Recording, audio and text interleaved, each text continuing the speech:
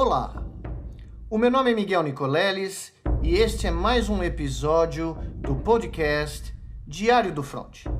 Um resumo semanal das notícias e fatos marcantes da pandemia de Covid-19 no Brasil e no mundo, sob o olhar da ciência.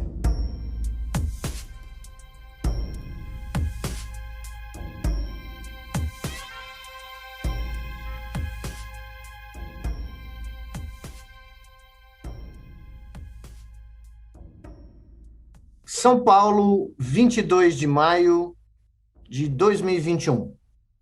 Esse é o episódio número 7 do Diário do Front.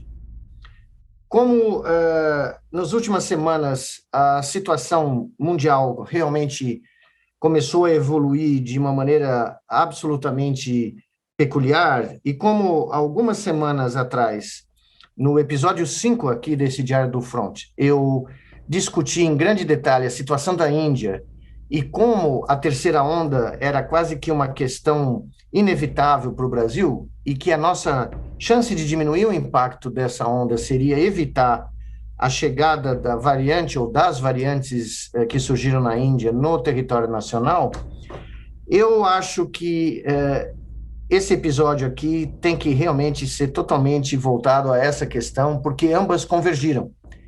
E não só os indícios da chegada da terceira onda da pandemia de Covid no Brasil estão ficando a cada hora mais claros, mas com a notícia da chegada de um tripulante ou de vários tripulantes de um navio no litoral maranhense e a confirmação de que pelo menos 12 desses tripulantes, um com grande gravidade, testaram positivo para variante indiana B1.617, não há como evitar discutir a convergência da terceira onda brasileira com a chegada da variante indiana no Brasil.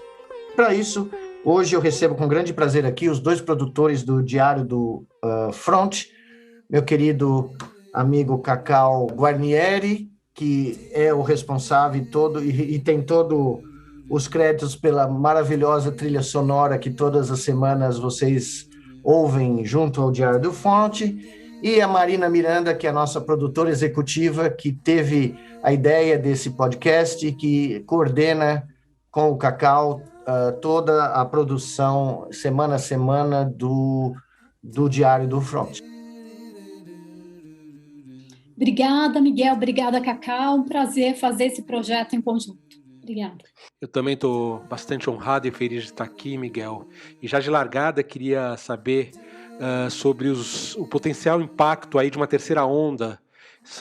É uma pergunta que está chegando muito aqui para a gente. E os potenciais impactos, né, de uma terceira onda no Brasil são realmente preocupantes, né? Apesar da segunda onda ter sido já um baque tremendo, inclusive eu separei aqui, até onde eu pude seguir o portal da transparência do Registro Civil brasileiro, que eu tenho seguido dia a dia, no dia 20 de maio, 184.434 óbitos de todas as causas possíveis no Brasil e 223.818 nascimentos.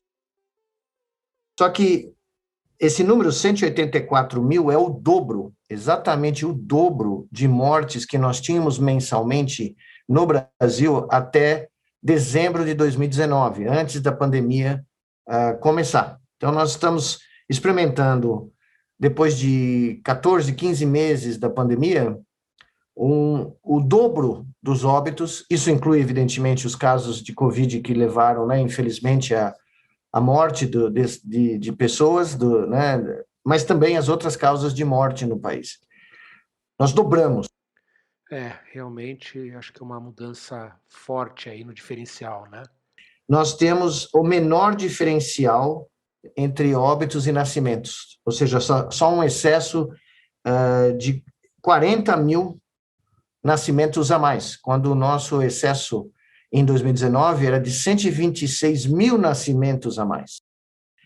E esse é o contexto, um patamar alto de mortes, um patamar crescendo de casos, né? Um número de vacinas diminuindo E esse é o contexto perigosíssimo do potencial começo de uma terceira onda, com o agravante de que agora nós temos que também nos preocupar com a variante indiana. Eu acho que esse é o ponto de partida, né, dessa nossa conversa. Então, eu gostaria até de aproveitar, fazendo esse meu papel aqui do espectador médio, e dizer o seguinte: existe uma distorção da percepção disso aí junto à população, me parece. Né?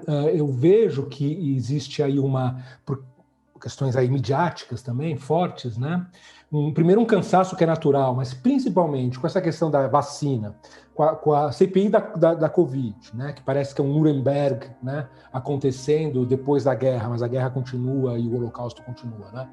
Então, assim, isso tá fazendo uma catarse, me parece, um pouco precoce. Veja, isso é tudo decorrência do fato que nós continuamos sem uma liderança nacional, sem uma comissão nacional, sem uma mensagem clara nacional do que se passa. Pelo contrário, né, a gente vê o presidente da República indo e provocando aglomerações em diferentes locais. Nós temos uma CPI rodando em paralelo, né, que basicamente virou o centro das atenções da mídia em relação à pandemia, tomou as manchetes, né, devido a todos os embates com ex-ministros da saúde, funcionários atuais e passados desse governo, né, mostrando todos os erros crassos, que você não precisa ir muito fundo para ver, mas o resultado final disso é que a gravidade da pandemia saiu das manchetes, né, dos jornais, e a população fica basicamente sem informações claras do que está acontecendo, né? Se em março, em um pedaço de abril, boa parte de abril, o Brasil era a manchete internacional do epicentro da pandemia, com a explosão da Índia, a Índia roubou esse cenário, né, do Brasil, essa relevância da epidemia brasileira, e o que nós vimos foi que a comunidade internacional se mobilizou para ajudar a Índia e basicamente não mexeu um dedo para ajudar o Brasil, porque o Brasil, evidentemente, destruiu pontes diplomáticas e atalhos diplomáticos pelo comportamento do ex-ministro das Relações Exteriores, né, que culminaram com a interrupção dos insumos, tanto para o Butantan quanto para a Fundação Fiocruz, para a produção de vacinas, que é a razão pela qual nós tivemos uma redução. Só que, nesse momento, nós temos um sistema de saúde público que tomou duas grandes bombas, né, duas tsunamis, segurou no limite de explodir, talvez explodiu no final da segunda onda, do pico da segunda onda, mas segurou o influxo de casos tremendos. Só que ele está abalado, ele está exaurido, tanto do ponto de vista logístico, de infraestrutura, de leitos de medicamentos e de pessoal, porque nós somos recordistas de perdas de profissionais de saúde no mundo, não só em termos de mortes, mas também em termos de casos, né? E agora a situação se agrava, porque, como você disse, Cacau, as pessoas tinham achado que tinha acabado, que quando a crise sumiu das manchetes, como elas não viram mais uma cobertura intensa, né, e quando outros assuntos como a CPI começaram a dominar as manchetes da mídia, elas acharam que a coisa tinha acabado. Inclusive, essa semana, quando eu saí pela primeira vez em meses para ir me vacinar, tomar a primeira dose, eu tomei um grande susto olhando pela janela do táxi.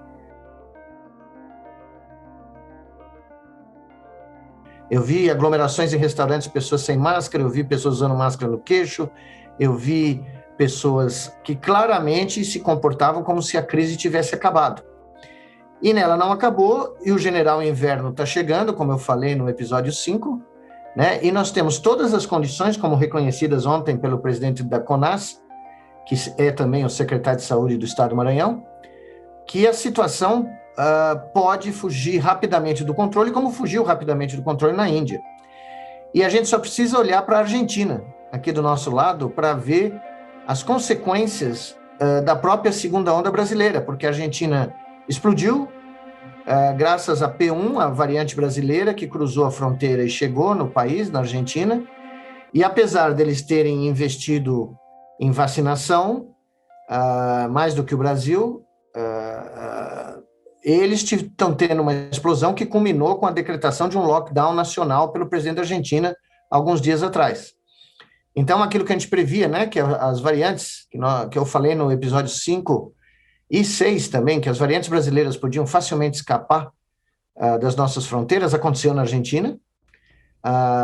E nós estamos vendo a Colômbia, aqui do lado, tendo uma crise civil, de distúrbios e de confrontação civil da população, da sociedade civil em massa contra o governo, devido aos aumentos de impostos no meio de uma pandemia, que mostram quais são os cenários. Quer dizer, se você pegar a Índia, Nepal, que está sofrendo com a invasão da variante indiana de uma maneira trágica, né?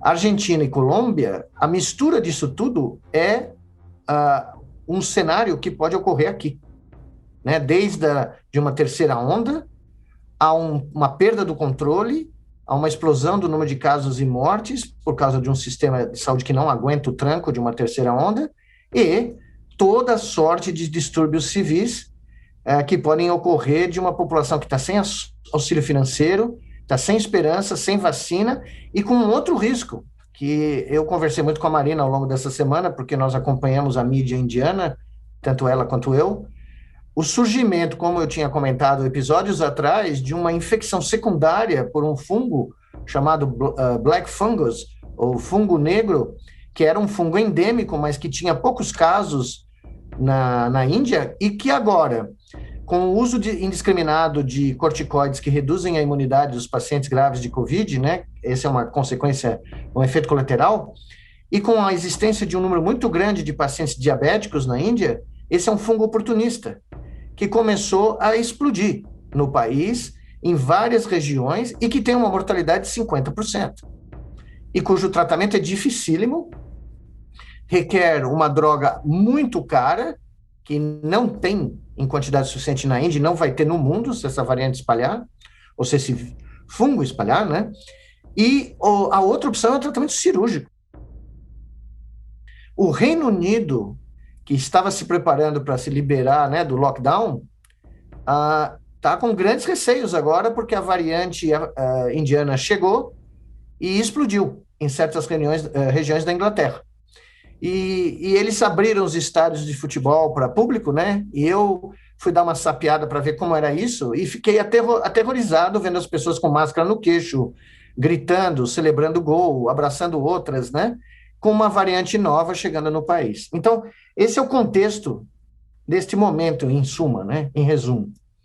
Assustador, à beira de uma terceira onda. E Cacau, desculpe interromper, claro, mas eu esqueci de mencionar para você que na Índia, o colapso funerário que eu tinha falado no Brasil, que aconteceu pontualmente no Brasil, aconteceu em toda a região do estado mais populoso, que é Uttar Pradesh, que tem 230 milhões de pessoas do tamanho de Pernambuco, a ponto de corpos terem sido jogados no Ganges, porque a população não conseguia pagar pela lenha para fazer as cremações, porque a lenha foi de $2 para $20 em uma questão de semanas. Então, o colapso funerário ocorreu na Índia, e está ocorrendo ainda. Lembrando o último episódio, aquelas piras, né? Não sei, acho que foi o último, né? Iluminando o céu, né? Como um quadro de Bosch. Nova Delhi. Mas, Miguel, Nova Delhi. Mas eu queria te fazer uma pergunta aqui em nome do espectador também, que é o seguinte: qual que é a chance? Quer dizer, você acha que esse fungo negro pega aqui, que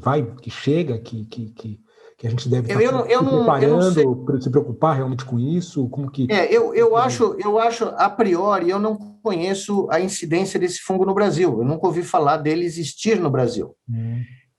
Ele ser transmitido por uma pessoa que vem da Índia, eu acho também difícil, porque a evolução dele é muito rápida. E essa pessoa, no momento que, né, em alguns dias, começa a apresentar sintomas, e os sintomas são terríveis. Inclusive, uma das razões dele chamar fungo negro é porque a cavidade nasal e a região em volta do nariz começa a ficar negra, tá? Por lesões. Então, eu acho difícil ele ser exportado. Todavia, nós temos outras endemias aqui no Brasil que poderiam né, aumentar. Nós estamos chegando no inverno também. A Marina levantou um artigo que saiu na Science, aí eu não li ainda, mas é um alerta, né, que a gripe aviária está começando a aumentar em alguns países, né, na Rússia, né, na Ásia, nesse período, que é um período de risco, né, e a gripe aviária tem um risco grande, né, de transmissão e de mortalidade. Então, eu não acredito a priori, porque eu nunca tive notícia desse fungo aqui no Brasil. Então, isso talvez seja a única notícia positiva, né? Importante, porque nessa hora eu fico pensando aqui nas pessoas que estão escutando a gente nesse momento aí, né, nos seus celulares, escutando esse podcast, né? Pô, né, já temos aí mas governo veja, maluco, aí vem um fungo negro, daqui a pouco, né, as coisas são muito... Mas o problema é que a gente está usando corticoides, porque a dexametasona está sendo usada com sucesso em pacientes graves, né? E nós temos uma população com diabetes aqui também. E provavelmente, nesse momento, um grande número de pacientes não diagnosticados e alguns não controlados, né? Então, você pode ter outras infecções oportunistas por imunossupressão e combinação com essa comorbidade, né? Então, o risco... E outra coisa... que é outra coisa também que eu conversei com vocês, né, antes da gente começar a gravar, eu não acredito que a variante indiana só entrou pelo Maranhão. Não tenho ainda nenhuma confirmação, mas a possibilidade que tenha entrado por outros portos ou aeroportos é real, porque nós demoramos para fechar o espaço aéreo de voos que viessem da Índia, nós tínhamos poucos voos, mas só foi no 14 de maio, aparentemente, que eu recebi Ontem eu vi essa notícia que em 14 de maio nós restringimos a entrada, né, de aviões ou voos com escala ou com passageiros indianos, mas a situação na Índia já estava grave desde de meados de abril. Então, novamente, essa restrição foi tardia. E a restrição nos portos, até onde eu saiba, não existe. Tanto é que esse navio cargueiro, que é da Vale do Rio Doce, contratada pela Vale do Rio Doce para transportar minério de ferro, chegou lá no Maranhão. E, de certa maneira, a sorte foi que conseguiram pegar uma amostra dessa tripulação, acho que a tripulação tinha 20 ou 30 pessoas, e em 12 eles conseguiram, né, caracterizar a presença dessa variante, só que nós não estamos sequenciando em número suficientemente grande ao longo do Brasil para ter uma detecção precoce, uma detecção rápida dessas novas variantes entrando no Brasil. E essa é uma preocupação que eu tenho também contínua, desde que a gente começou a monitorar os múltiplos aspectos da pandemia o ano passado. Essa variante indiana, as vacinas dão conta dela? Não, até agora, aparentemente, hoje saiu mais um relatório dizendo que a AstraZeneca e a Pfizer aparentemente dão conta dessa B1.617. Eu vou chamar de B1617, que é mais fácil. Só que ela já tem 3 filhas, né? 1, 2, 3, e existe uma outra variante que vem do estado onde fica Calcutá, que é o West Bengal, ou Bengal do Oeste, né? Que a gente não tem muitos detalhes, mas é uma variante tripla. Ela acumula mutações de 3 outras variantes nela só. E isso também é muito preocupante. Essa variante que nós estamos falando, a B1617, é uma variante dupla. Ela acumula pelo menos de 2 variantes. Brasileira, sul-africana, acho que tem um componente em algumas amostras tem um componente da Califórnia, né? Então, você vê que a circulação dessas variantes pelo mundo é muito rápida, e o surgimento de variantes também é muito rápido. E o ponto preocupante na minha avaliação, nós não estamos preparados para uma terceira onda com uma nova variante. Não estamos de forma alguma. Né? É isso que assusta mesmo, acho que todo mundo, porque a gente está aqui realmente com a guarda completamente baixa, né, no sentido também de proteção, porque um mero cansaço enorme, exaustão, revolta, a morte do Paulo Gustavo, do ator, né? Quer dizer, né? Eu lembrei muito de você, Miguel, quando você falava a questão também das pessoas conseguiram personificar a morte, a destruição, né? Assim, que não é mais fácil para o cérebro, né, entender, né? a morte, às vezes, de um, né? Que acaba representando, e não do 1 milhão, né? E nesse momento houve uma terceira catarse, vamos chamar assim, nas mídias sociais, uma revolta enorme, e depois um cansaço absoluto. E a gente está vivendo agora uma primeira réstia, né, de esperança. Sabe aquela musiquinha no filme que aparece, né, no Sim. Guerra dos Mundos, sabe? Quando dá aquela gripe e mata os bichos extraterrestres. Não, eu lembro do... É uma coisa muito sintomática, Cacau e Marina, que sempre quando eu estou dando uma entrevista, alguém me pergunta: e qual é a boa notícia para a gente terminar a entrevista, para dar alguma esperança? E está ficando cada vez mais difícil de arranjar uma boa notícia para mencionar, porque eu tinha descrito alguns dias atrás que a tática aqui no Brasil predominante, a suspeita de que o governo federal apostou na imunidade de rebanho parece ser cada dia mais clara, né? Essa parece ser a ideologia que regeu toda a desação, ou a omissão e a falta de medidas, né, para conter a pandemia. Essa parece ter sido a crença que moveu, né, e é uma quimera, todos nós sabemos hoje que a total quimera é um absurdo. O Reino Unido, no começo, também aparentemente apostou nisso e quebrou a cara, Estados Unidos da mesma maneira. Mas eu falei que a tática mais usada no Brasil foi a da sanfona. E a estratégia da sanfona é, quando a coisa piora muito e os leitos de UTI cruzam 90%, se faz algumas medidas paliativas, toque de recolher, se restringe algumas coisas, durante uma semana ou duas. Quando a taxa cai para 89%, aí abre-se tudo. E aí só se espera para o próximo ciclo de aumento de ocupação de UTI para fazer alguma coisa que não é o que tem sido feito, com raríssimas exceções. Até nos lugares onde a tática foi correta na primeira onda, como nos estados do Nordeste, eu me lembro porque eu era coordenador do comitê, então nós conseguimos convencer gestores a fazerem lockdowns que foram efetivos em várias capitais. Até lá parece que se perdeu o apetite por fazer o que precisa ser feito. Então nós temos Pernambuco ficando há semanas, várias semanas, com taxas acima de 95% de ocupação e com um toque de recolher que ninguém respeita à noite, isso por fontes do Estado, que eu confio, cientistas do Estado que eu confio plenamente me informando, e nada feito, tipo um lockdown de verdade, né, para que você contenha, e a taxa de ocupação continue acima de 95%. Santa Catarina, mesma coisa, só que lá nem toque de recolher, nada.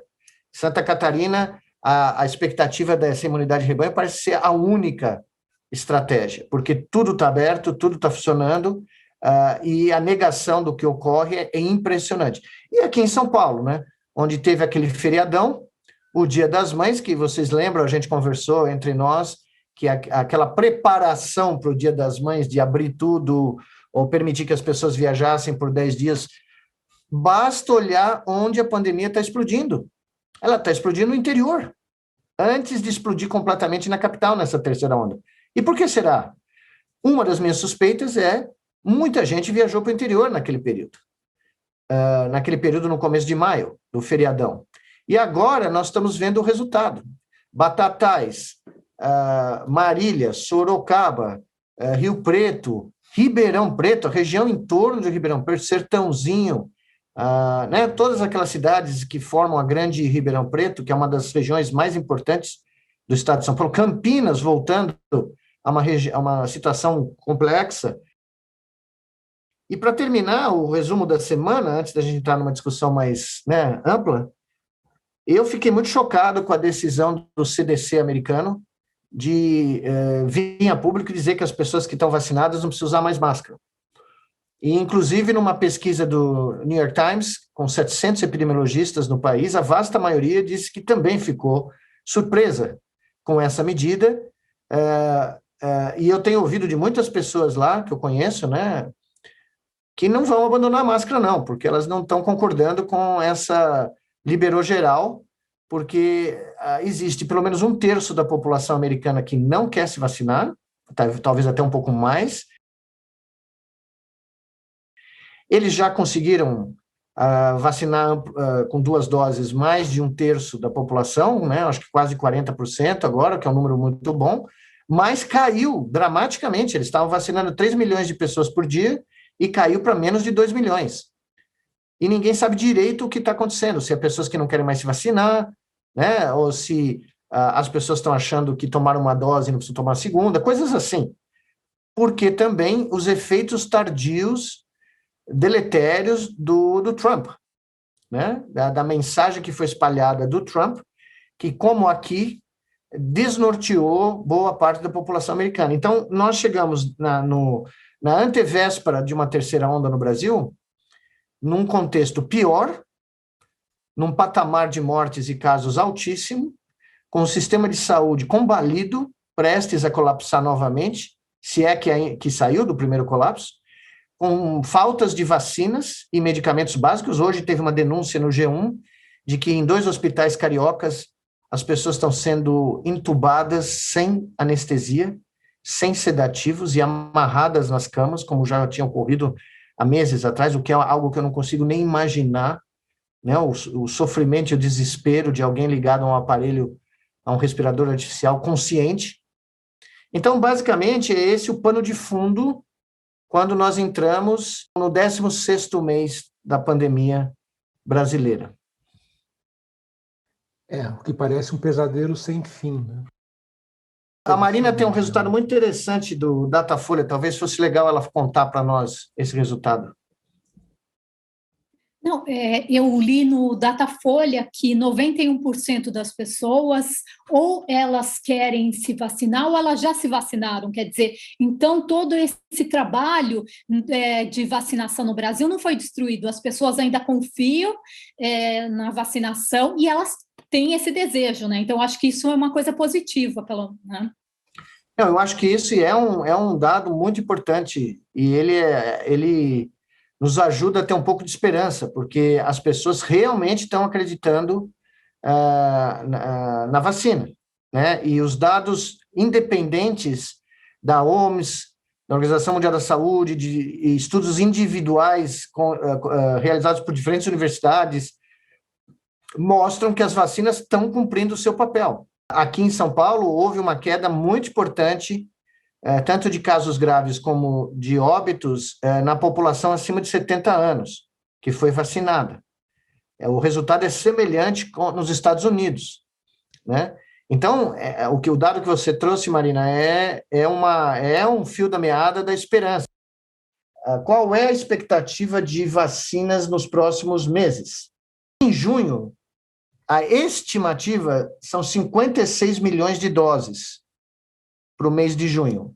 Evidentemente, nós temos 6 milhões da Coronavac dependentes daqueles insumos que devem chegar agora, no final do mês. Temos 4 milhões adiantadas da Oxford, AstraZeneca. Tem 34 milhões via Fiocruz, que seriam produzidas com os insumos vindos do exterior. E tem uma notícia surpreendente, são 12 milhões de doses que viriam da Pfizer, já em junho. No terceiro trimestre, quando começar, julho, a perspectiva seria que o Brasil teria 162 milhões de doses. E se tudo der certo, nós receberíamos no quarto trimestre 278 milhões de doses. Então, apesar de toda a demora, né, nós temos aí também a esperança que, a partir de junho, as doses de vacinas múltiplas, que é o que nós devíamos ter feito desde o início, em junho nós temos a chance de começar a ver a luz no fim do túnel, se nós recebermos as 56 milhões de vacinas. Olha, chamar mais uma entradinha de música de esperança. Vamos subir o volume. O sol há de brilhar mais uma vez. Coisa importante a ressaltar, né? Essa notícia da vacina é muito alvissareira, né? Como diria minha avó. Todavia, só com a vacina a gente não consegue dar conta nos próximos meses, tá? Nós realmente, hoje pela primeira vez, aliás, foi uma surpresa surpreendente, como dizia aí agora é meu pai corintiano que falava essa frase, surpresa surpreendente, Dr. Ângelo usava, quando ele queria ser irônico, com qualquer coisa que eu aprontava, né? Ou a minha irmã. Que surpresa surpreendente, consigo ouvir ele falando isso nesse instante. o secretário de Saúde Municipal de São Paulo descobriu o ovo de Colombo e propôs controle de fluxo em aeroportos de São Paulo e em rodovias. Precisou 16 meses de pandemia para as pessoas caírem em si, que o controle de fluxos pela malha rodoviária e aeroviária é essencial. As pessoas me disseram outro dia no Twitter que eu prego no deserto. Então, a primeira resposta que eu tive foi que teve uns caras que pregaram no deserto e se deram bem. Então, eu estou tranquilo, não estou assustado com essa perspectiva. Né? Tem uns caras aí que tem... Pô, tem um belo... tem um cara lá... Tracking. Tem um cara lá que foi lá no deserto da Arábia Saudita, tem 3 bilhões de pessoas que ainda ouvem o cara, e ele fez isso no século VII. Né? Então, eu estou bem, eu estou tranquilo, eu vou continuar pregando no deserto, porque tem Twitter. Tem jurisprudência. Eu acho que a gente tem que não deixar de alertar o tempo inteiro que só vacina realmente não é suficiente. E isso a imprensa tem que já reforça, mas tem que reforçar mais, e campanhas, né? Gostaria que os criativos aí ouvissem esse nosso apelo também, começassem a doar campanhas gratuitamente, grandes publicitários brasileiros, as armas, companheiros, porque nesse momento a gente precisa muito de uma comunicação eficiente. Eu acho que isso é uma ótima ideia. Eu estava refletindo o que você está falando, Cacau, e é incrível que a gente não pensou, ninguém pensou nisso antes. Já que o governo não fez isso, nós devíamos recrutar o talento, né, de marketing, de propaganda do Brasil e fazer campanhas com informações básicas como essa, que mesmo que você tenha tomado a segunda dose da Coronavac, da AstraZeneca, mesmo da Pfizer, né, você não tem que baixar a guarda, você não pode baixar a guarda. Está cheio de gente relatando casos né, depois da segunda dose da Coronavac. Teve até relatos de óbitos. A proteção é boa, ela é segura, mas ela não é 100%. E isso está contribuindo por um falso entusiasmo, uma falsa euforia, as pessoas acharem que depois que elas tomaram a segunda dose, elas podem voltar à vida como elas tinham antes.